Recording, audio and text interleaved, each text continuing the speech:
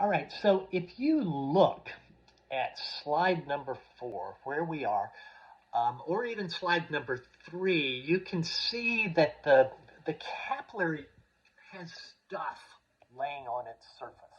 So if you look at the capillary in the glomerulus, it's got like a white material over the surface of it.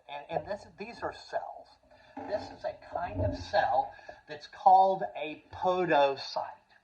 And they look kind of like an octopus. That's how I describe them. They look a little bit like an octopus, and they're all over the glomerulus. Now, the capillary.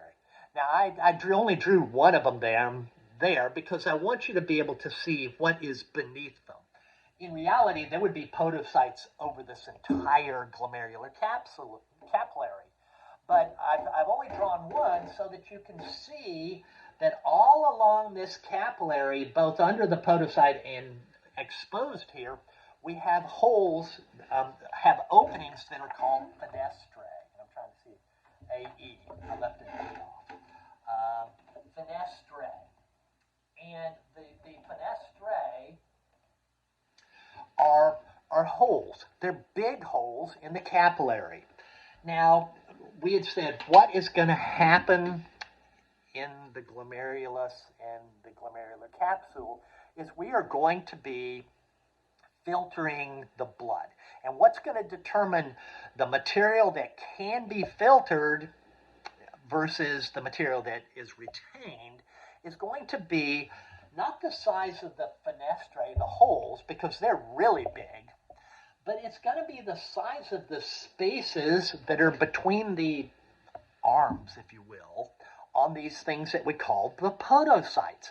So the podocytes are covering the glomerulus, this capillary, and because they have these openings between their, what are like fingers, this is what determines the size of the molecules that can be filtered out. And now what do we call these openings? These openings are what we call slit pores.